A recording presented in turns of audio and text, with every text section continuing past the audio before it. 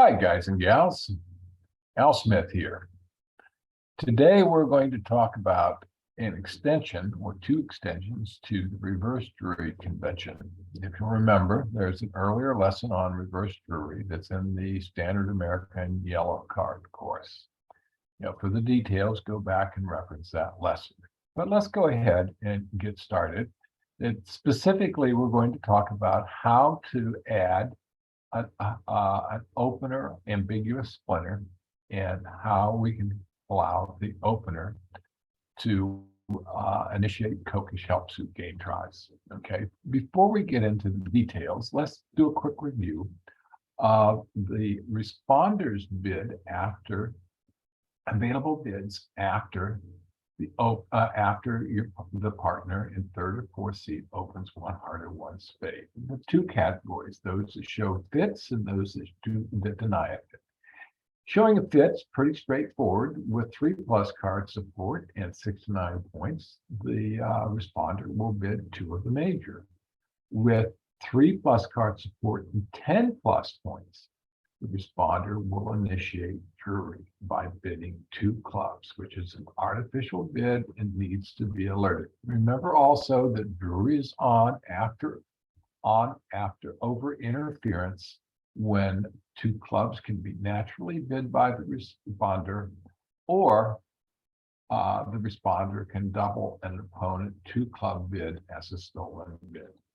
Now, we also have the responder can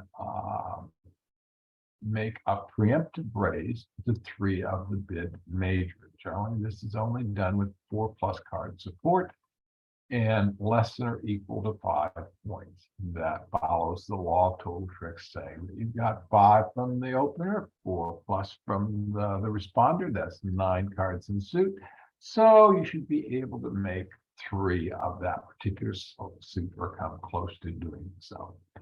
Okay, now there's also, you can actually preempt at the 4 level, but only after your partner opens 1 heart in the 3rd seat. Generally, this is the only time you're going to consider making a preemptive raise to the 4 level. And this occurs if you think for some reason that the 4th seat opponent has a huge hand and they're going to find a fit in spades and be able to find a game in spades. Won't happen very often. You may have to be clairvoyant or be able to read minds, but it does happen. Okay, now we also have a class of bids that show no fit, and these are going to explore setting a contract in a different suit, which generally denies a fit or less than or equal to 2 cards in the bid major, or you want to explore no trump. Okay, actually, with all of these, you can explore no trump. Okay, the first is if you bid 1 spade after 1 heart, shows less than or equal to 2 hearts. If you want to explore no trump, make sure you've got 2 hearts. If you have less than or equal to 1 heart, you're trying to find the fit. Okay, it shows 4+ spades and 6 to 11 points. Now, if you've got 2 card support and a balanced hand, you can bid 1 no trump with 6 to 9 high card points and 2 no trump with 10 to 11 high card points. But if you bid 2 no trump, make sure you have a blocker or at least a half a blocker in each of the unbid suits. Okay, you don't want to be going to the 2 level and forcing your partner potentially the 3 level without a fairly good hand. Okay, and the last one is bidding a new suit at the 2 level. Okay, which shows a 5+ card suit, less than or equal to 2 card support and 10 to 12 points. Okay, again, all of these bids, the 1 spade and 2 of the new suit, can be used in sequences for exploring a contract in no trump. All right, now let's do a quick review of drury, of the responses after the responder initiates drury. This is in the previous lesson, we talked about standard drury. Okay, remember that the opener is always going to rebid the major with less than or equal to 13 lane points. These particular sequence relate to when your partner opens 1 heart. When you open 1 heart in third or fourth seat, and what your second bid is going to be. So with less than or equal of 13 high card length points, rebid the major. Okay, if you've got exactly 5 cards in the bid major and 4 cards in another suit, rebid that as your second bid. 2 diamonds, 3 clubs, or 2 spades. Okay, note that with 2 spades, it only can show 4, because otherwise you would have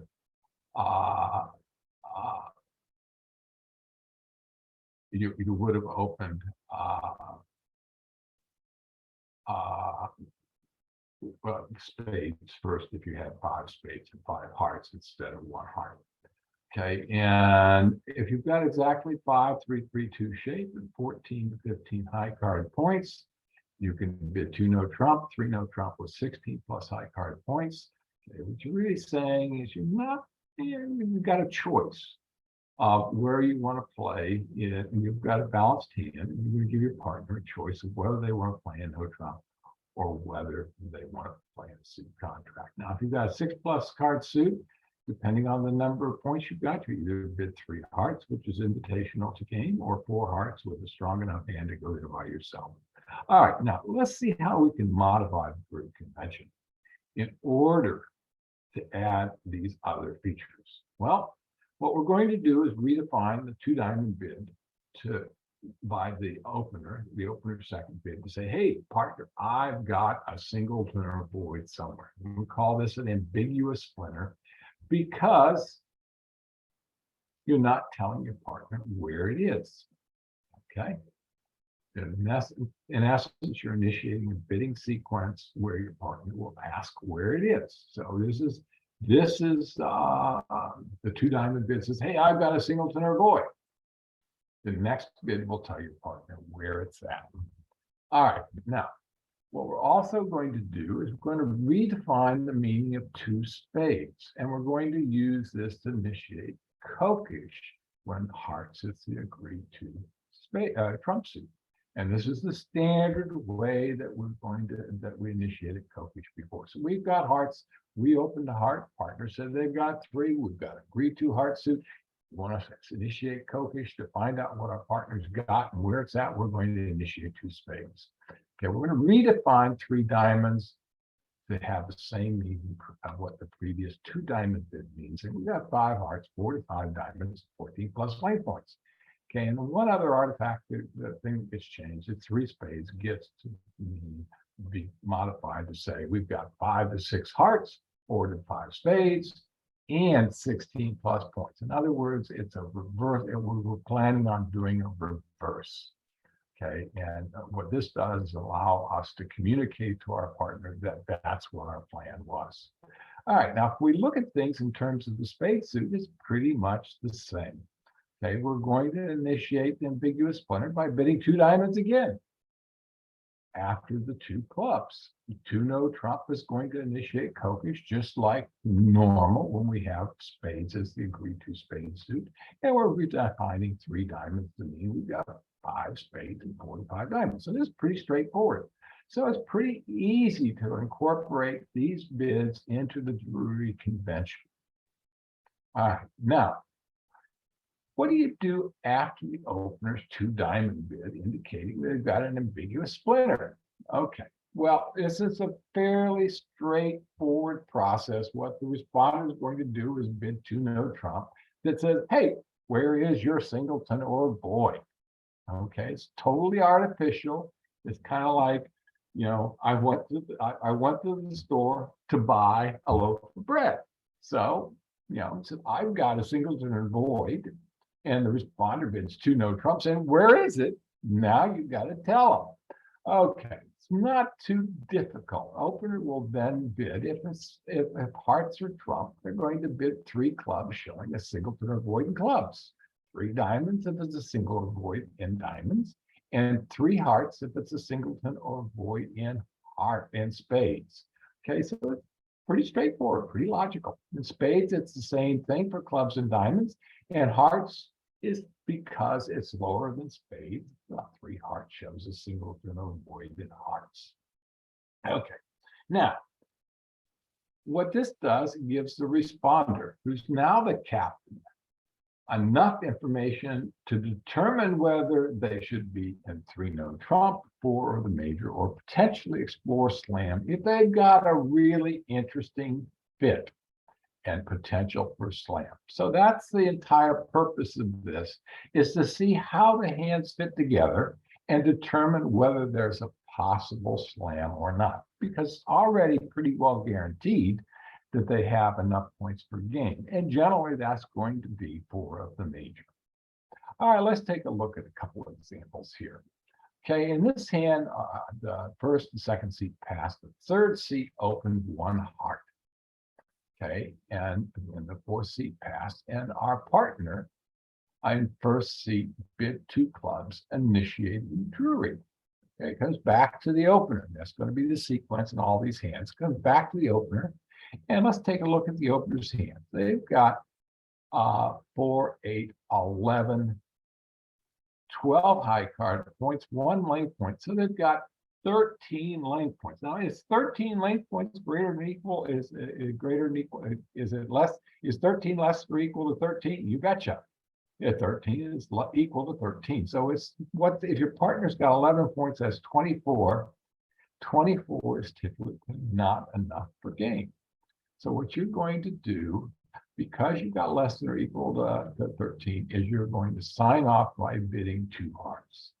If your partner's got a really unusual hand where their hand went up significantly in value because they've got a singleton or void, okay, if they want to invite you to go to the game, they will bid 3 of the major at that particular point. In all other cases, they're going to pass. Okay, let's look at the second example here. In this one, you've got 15 high card points and 1 length point for 16 length points. But in addition to that, you've got a singleton spade. So your partner has bid 2 clubs. Now, if your partner's got the right values, for example, the Queen of Hearts and the King of three kings and the Queen of Hearts, that would be 11 high card points. You're darn close to being able to make slam. Okay, so there's the potential, very small, but there's the potential of being able to make slam with this hand opposite your partner's Drury bid. So what do you want to do? You want to tell your partner, well, first of all, if you have more than 14 points, yes, so you want to make a forward going bid. Okay, and what you want to do is you want to tell your partner that you've got a singleton. So what you're going to do is you're going to bid 2 diamonds. It doesn't tell your partner where that singleton is, but it does tell your partner that you've got a singleton, and your partner is then going to bid 2 no trump, in which case what you're going to do, because the suit is hearts, is you're going to bid 3 hearts saying, hey, I've got a singleton or void in spades. Okay. There are extensions to this as to how to determine whether you've got, if your partner initiates cube bidding, you can now differentiate between a singleton or a void. All right, let's look at this third hand here. In this one, we've got 16 length points. We've got 6 spades. So we open the spade, our partner said 2 clubs. We know we've got at least 9 spades between us now. Okay, so, and we know our partner's got 10 points, so we've got 26. We're going to game. Okay, now, because of the shape, because we don't have a singleton or void, the odds that we have a slam are much, much slower. So, but what we're going to do is we're going to got 16 to 18 length points. Okay, we know that we've got enough points per game. Okay, 16 plus 10 is 26. We're just going to go ahead and bid 4 spades to sign off 4 spade game contract. Let's look at the next game. In this one, we've got 14 high card points plus 1 lane point gives us 15 lane points. So we've got greater than or equal to 14 lane points. Okay, so we know we want to make a forward going bid. Now, we do have a 5-3-3-2 shape. Okay. So what do we want to bid here? Do we have enough points to go to game by ourselves? Okay. Typically we would. Okay. So what we're going to do here, this is kind of a borderline hand. With 15, you kind of did have to decide whether you're going to bid 2 no trump to explore game and invite your partner to go to 3 no trump with a better hand, or bid 3 no trump. Now, given this particular hand, whatever reason I decided I was going to bid 3 no trump. Now, what this does, it gives responder a choice. They could pass if they've got a relatively balanced hand, because they know that you have a 5-3-3-2 shape. That's the only time you're going to bid no trump directly. Okay. And remember, 2 no trump, because the suit is hearts, would not be Kokish. It would be showing the weaker hand. Okay, so if you wanted to initiate Kokish here, you would have bid 2 spades. So by bidding 2 no trump or 3 no trump, what you're really saying is you've got blockers in the unbid suits, and you're interested. You've got 5-3-3-2 shape. And then you leave it up to the responder to decide whether they want to play the contract played in no trump or in a suit contract. Obviously, if they've got a balanced hand, they're going to leave it in no trump. If they've got roughing ability, they're going to go ahead and place the contract in the suit contract into the major. Let's look at this next example. In this one, we've got 15 high card points and 1 length point for 16 length points. Okay. Again, we've read greater than equal to 14 length points. Okay, and the question that we should be asking now is where are the points in the responder's hand? So we've got the 5-3-3-2 shape, which would be conducive with no trump, but we don't have a blocker. Over here, we had the queen of spades. So we don't want to bid a no trump here because we don't have a blocker of at least the queen. Okay, so what we're going to do is we have no spade stopper. What we're going to do is bid 2 spades to initiate the Kokish suit game try. And then what our partner is going to be able to do is tell us by their first response whether they have a blocker in spades, and if they don't, where their blockers are. We can then determine where the best contract is going to be. Let's look at the 6th example here. In this one, we've got a super hand. Okay, we've got 16 plus 3 length points because we've got a 7 card, so we've got 19 length points. Okay, our partner has just told us that they've got 10 plus. We've got 29. We've got a borderline slam. Okay, it all depends on where the values are in our partner's hand. If they've got like the king, queen of hearts for 5 points, we're screwed. Okay, they're not going to be worth anything. However, if their points are in diamonds, clubs, and spades, hey, we've got a great chance to make slam. So what we're going to do, because we've got 14, is we want to tell our partner we've got a singleton or void by bidding 2 diamonds. Our partner is then going to bid 2 no trump, say, where is it? Then we're going to bid 3 hearts and say, I got a singleton or a void in hearts. And then your responder is going to be able to say, should we explore slam? Can I bid slam? Or should I sign off at 4 spades? It gives the respondent all the information that he or she needs in order to make that decision. So now you've got a good idea of how to incorporate both the opener's ambiguous splinter and the Kokish helpsuit game tries into the Drury conventions. Pretty straightforward, so this is pretty advanced. So, take a little bit of time, work with your partner, and put it in play. If you need to contact me, send me an email or give me a call. Here's our YouTube channel address and our website. All right, so have a great day, and Again, if you have any questions or anything, give me a call or send me an email.